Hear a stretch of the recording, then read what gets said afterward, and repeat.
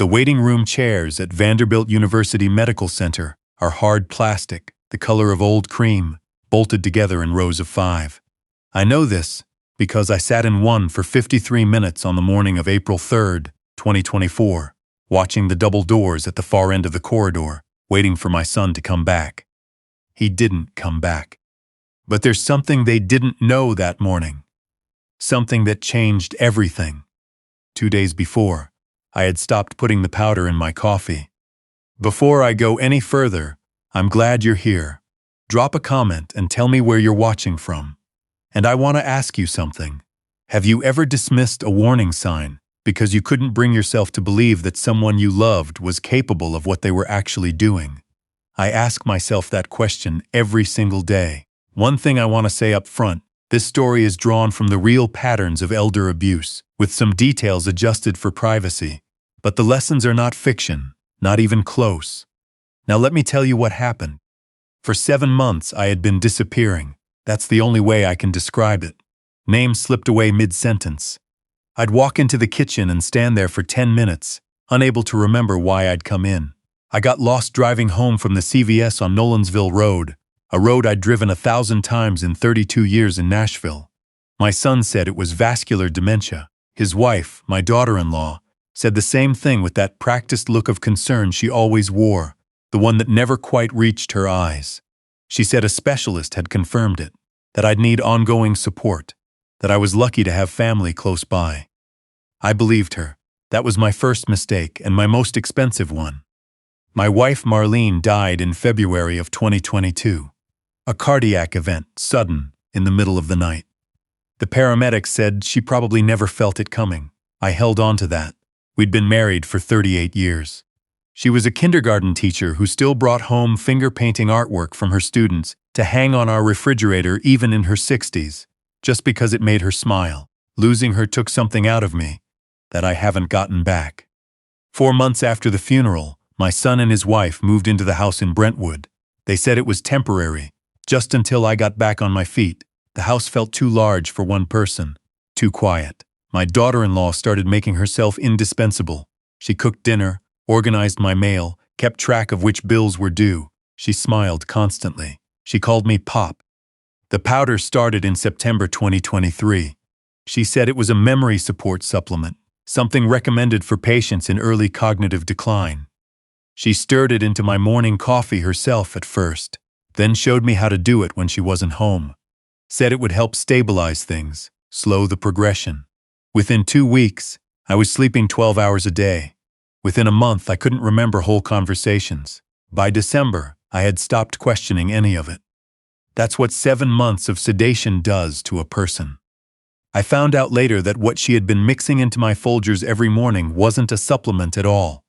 It was a combination of crushed alprazolam and a prescription sleep medication, both in doses far above any therapeutic range. Not enough to kill me quickly, just enough to keep me foggy, compliant, and easy to manage. But on April 1st, I dropped the measuring spoon. The powder scattered across the counter, and in the light from the kitchen window, I noticed something I hadn't noticed before. There was no label on the container. She had always told me it came from a compounding pharmacy, specially formulated for my situation. But there was no pharmacy name, no lot number, no dosage instructions, just a plain white screw-top container with nothing written on it at all. I didn't say a word. I cleaned up the powder, washed the spoon, and for the first time in 7 months, I poured my coffee black. By the second morning, April 2nd, the fog had begun to thin. Not all at once, more like a radio signal slowly clearing. By April 3rd, when my son loaded me into his pickup and told me we were heading to Vanderbilt for a routine checkup, I was thinking more clearly than I had since the previous summer. I noticed things I hadn't noticed in months. The way he checked his phone twice on the way out the door. The way my daughter-in-law sat stiff and watchful in the passenger seat. The folder of papers my son carried into the medical center. Documents I'd never seen before, that he said were just insurance forms. At the entrance to the Memory and Cognitive Health Clinic, he told me to wait by the chairs near the window while he and his wife checked me in. I watched them through the glass partition at the front desk. He handed the woman a folder. She nodded and started typing. He glanced back at me once, Then they walked through a door marked staff only. That was at 9:02 in the morning. At 9:55, I walked to the front desk myself. The volunteer behind the counter, a woman in her 50s named Doreen, with a kind face and a blue volunteer badge, looked up with a professional smile that shifted the moment she saw my expression. I asked whether my son had checked me in. She looked at her screen, paused, then turned the monitor slightly so I could read it. My name, my date of birth, and a form type I'd never encountered before. Emergency guardianship petition, cognitive incapacity screening. My son hadn't brought me in for a routine checkup. He had brought me here to have me declared legally incompetent. If that evaluation had gone forward, if I had walked into that assessment room still sedated, confused, unable to recall basic information, a physician would have signed paperwork certifying that I lacked the mental capacity to manage my own affairs. With that certification, my son could have filed for emergency legal guardianship. He would have had control over my finances, my medical decisions, my house, everything. My house in Brentwood was worth $420,000, paid off since 2019. My retirement accounts held $260,000. Marlene's life insurance payout, which I hadn't touched because it still felt like hers, sat in a money market account, another $140,000. Total, just over $800,000. My son was drowning. I found out later he had lost over $500,000 on sports betting, FanDuel, DraftKings, 4 different accounts, across 18 months starting in 2022. The lender on his house in Franklin had already filed foreclosure paperwork. He needed money desperately, and he needed it fast. Doreen didn't call security. She called the hospital's patient advocate, a woman named Mrs. Okonkwo, who had been doing that job for 11 years. Within 20 minutes, I was sitting in a private office with a cup of coffee I could actually taste, telling a stranger everything I knew. I asked to use the phone. My sister-in-law, Marlene's younger sister, Opal, answered on the second ring. She'd spent 30 years as a registered nurse before retiring to Knoxville. When I told her where I was and what I'd just seen on that screen, she didn't speak for a full 5 seconds. Then, "Don't move, I'm getting in the car." Knoxville is 2.5 hours east on I-40. While I waited, I called my granddaughter. Phoebe was my son's daughter from his first marriage, 22 years old, studying criminology at Middle Tennessee State. She and my daughter-in-law had never been close. I'd always known that. I just hadn't understood what it meant until now. She answered on the 4th ring. Her voice was careful. I told her where I was. I told her what the screen had said. There was a long silence on her end. "Pop," she finally said. "I knew something was wrong. At Christmas you couldn't remember my birthday and you didn't know the words to Folsom Prison Blues. You've known those words since I was 4 years old." Her voice went tight. "I told Dad it wasn't right. He said it was the disease." "It isn't a disease," I said. Another silence. "I know," she said quietly. "I know that now." She didn't drive to Nashville right away. Instead, she went to her father's house in Franklin, the one the bank was about to reclaim. And while he and my daughter-in-law were still at the medical center trying to understand where I'd gone, she sat down at his home office laptop. She knew his password. She'd known it for years. What she found, she photographed on her phone and sent to me 2 days later. By then, Opal had arrived. She walked into that patient advocate's office and pulled me into the kind of hug that only comes from someone who has known you for 40 years. Then she held me at arm's length and looked at me the way a nurse looks at a patient, assessing, cataloging. "Your eyes are clearer than I expected," she said. "I stopped the powder 2 days ago." She went very still. "What powder?" I told her about the white container, the measuring spoon, the 7 months of fog. She listened without interrupting. When I finished, she was already dialing. She had a friend in Knoxville, Dr. Garner, a toxicologist who worked with the medical examiner's office for over 2 decades. I had kept a small amount of the powder folded in a piece of paper in my shirt pocket, some instinct I still can't fully explain. Something in my clearer mind had told me, "Keep this." Opal sent it to Dr. Garner that evening by overnight courier. The results came back in 36 hours. Alprazolam, zolpidem, both at concentrations well above any legitimate therapeutic dose. Not a compounding pharmacy formula, not a memory supplement, a sedative mixture manually prepared, designed to keep a healthy adult in a state of prolonged cognitive impairment. Dr. Garner's written report used the phrase chemical restraint. He said he'd seen it in 3 other elder abuse cases over his career. Mrs. Okonkwo had already notified Adult Protective Services. A detective from the Metropolitan Nashville Police Department, Detective Watts, 4 years with the Elder Abuse Unit, drove out to the East Nashville rental house where Opal and I were staying. He sat at the kitchen table with a legal pad and asked me to start from the beginning. I told him about the powder, the folder at the clinic, my wallet and my phone, still somewhere in my daughter-in-law's purse, and January, when my son had sat me down at our kitchen table and asked to be added to my checking account. He said it was for emergencies, said I might forget to pay a utility bill someday, and he wanted to be able to step in. I had agreed. I had signed the form without reading it carefully. Detective Watts called the bank while he sat at Opal's table, confirmed everything. Joint account holder, full withdrawal access, effective January 8, 2024. Then Phoebe's photographs arrived on my phone. She had found a folder on her father's laptop labeled Estate Planning, a name that sounds innocent enough. Inside was a draft power of attorney form with my name as the grantor and my son's name as agent, dated 6 weeks in the future. A printout of instructions for liquidating a money market account, and screenshots from an encrypted messaging app, a conversation between my son and my daughter-in-law going back to the previous October. I won't share everything that was written there, but I will tell you what my daughter-in-law wrote on November 14, 2023.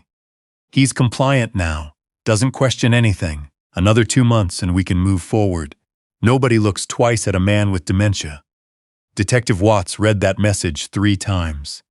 Then he closed his notepad and set it on the table, and he looked at me with an expression I recognized. The expression of a man who has seen too much of this and is still not entirely numb to it. Then Opal brought out Marlene's journal. She had found it after the funeral, going through Marlene's bedside table. She'd meant to give it to me and then thought I wasn't ready. She'd kept it in Knoxville. A hardbound journal with a green cover. The last 12 entries were from January and February 2022, the 2 months before Marlene died. I had not known, had not had any idea, that Marlene had been feeling unwell in those final weeks. Dizzy, she wrote. A strange heaviness in her chest after dinner, some evenings. She'd mentioned it to her doctor, who said it was probably stress. She hadn't told me because she didn't want me to worry. She also wrote, on January 29, 2022, 5 weeks before she died, that my daughter-in-law had begun bringing her herbal teas in the evenings. Chamomile, supposedly. Marlene had appreciated the gesture. She wrote that she felt a little better on most nights after drinking it, though once or twice she'd felt her heart race strangely before she fell asleep. I set the journal on the table without speaking. Opal's hand covered mine. Detective Watts, who had been reading over my shoulder, said quietly, "We need to pull her death certificate and talk to the medical examiner." There was one more thing. Phoebe had found it in a separate folder on her father's laptop, unlabeled, a PDF of a life insurance policy. Not on me, on my son, on her own father, a term life policy for $300,000, purchased 8 months earlier. The beneficiary was my daughter-in-law. My son was also on her list. Opal called him that night. She said she'd heard from me and needed to know one thing. Did he know what was in the powder? He said no. Detective Watts spoke with him the following morning. Whatever my son said in that conversation resulted in him driving himself to the Metro Nashville Police Department on James Robertson Parkway at 2 in the afternoon and asking to speak with someone about his wife. He turned himself in voluntarily. I wasn't there for that interview. What Detective Watts told me afterward was this. My son had genuinely believed I had vascular dementia. My daughter-in-law had showed him a doctor's letter she had fabricated and convinced him the supplement was legitimate. He had not known what the powder was, but he had known about the guardianship plan. He had agreed to it because they were drowning and she had offered him a way out. He was weak. He was desperate. He made a choice he will spend years accounting for. But the powder, the fabricated diagnosis, the insurance policy on him, that was all her. The trap we set was straightforward. I called my daughter-in-law from Opal's phone on a Thursday morning. I let my voice go slow and uncertain. I told her I didn't know where I was, that Opal had gone out, and I was alone and confused, and I didn't want to involve the police because I didn't want to be any more trouble than I already was. She said she'd come. She arrived at 11:30. She knocked once, then opened the door I'd left unlocked as Detective Watts had instructed. I was sitting in the armchair by the window. She came in with that smile, warm, practiced, careful, and sat across from me. She reached into her bag and took out the white container. "I brought your supplement, Pop," she said. "You've missed 2 days. That's why you're feeling this way." I looked at the container for a moment. "It isn't a supplement," I said. The smile didn't fall. It recalibrated. "You're confused," she said. "You're having an episode." "Tell me what's in it." "Henry, it's for your memory." "Marlene drank your tea," I said. And that's when the smile went away entirely. She stood. She looked toward the door. And then she said something I will carry with me for whatever years I have left. She said, "Your wife started asking questions about the accounts." I couldn't let that continue. I didn't move. I didn't have to. The bedroom door opened and Detective Watts stepped out with 2 officers behind him. My daughter-in-law stood in the center of that room, just for a moment, with every layer of her performance stripped away. What was underneath was something I had never seen on a human face before. Not panic, not grief, something that had never been warm in the first place. Then the officers crossed the room, and it was over. She was charged with elder abuse, criminal fraud, financial exploitation of a vulnerable adult, and conspiracy to commit murder. 6 weeks later, when the medical examiner's report came back from the exhumation of Marlene's remains, the toxicology findings showed elevated potassium levels in the cardiac tissue inconsistent with any natural event. My daughter-in-law had been married once before, to a man who died of a sudden cardiac event at 51. He had been in good health. She had collected nearly $300,000 from his life insurance. That investigation is still open. She was sentenced to 32 years to life. She will not be coming home. My son accepted a plea agreement, 9 years with the possibility of parole after 6, in exchange for full cooperation and testimony at trial. He testified without hesitation. He didn't look at her once during it. I visited him at the correctional facility last fall. We sat across a table, not separated by glass, just a plain table, and he cried for most of the hour. He said he was sorry. He said he knew that wasn't enough. He said he'd been in therapy twice a week since his arraignment, trying to understand how a man becomes someone capable of what he had been capable of. I sat and listened. I didn't reach across the table, but I didn't leave early. I'm not sure what that counts for yet. Some days it counts for more than others. Phoebe started a graduate program in criminology last August, focusing on elder financial abuse and exploitation. She calls me every Sunday without fail. She came to Nashville for Thanksgiving, and we cooked together in the kitchen in Brentwood, the house that is still mine, that will remain mine. She made Marlene's sweet potato casserole from memory, the one my wife made every November for 35 years. She got the spices exactly right. I don't know how she remembered, but she did. If you are watching this and something in it sounds familiar, a parent who seems to be fading faster than makes sense, a family member who has quietly become the gatekeeper of medications and mail and finances, I want you to hear me. Trust the feeling that something is wrong. I spent 7 months in a chemical fog because I trusted the people I loved most over the evidence that was right in front of me every single morning. Document everything. Write it down. Keep a private record somewhere beyond easy reach.